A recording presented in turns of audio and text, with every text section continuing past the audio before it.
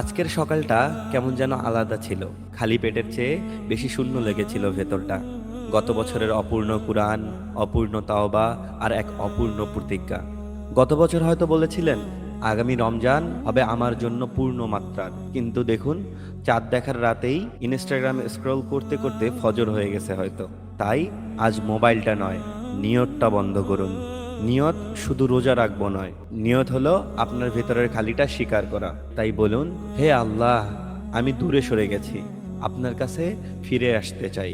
রাসূলুল্লাহ সাল্লাল্লাহু আলাইহি ওয়াসাল্লাম বলেছেন, ইন্নামাল আমালু বিন্নিয়াত, অর্থাৎ কাজের মূল্য নিয়ত অনুযায়ী।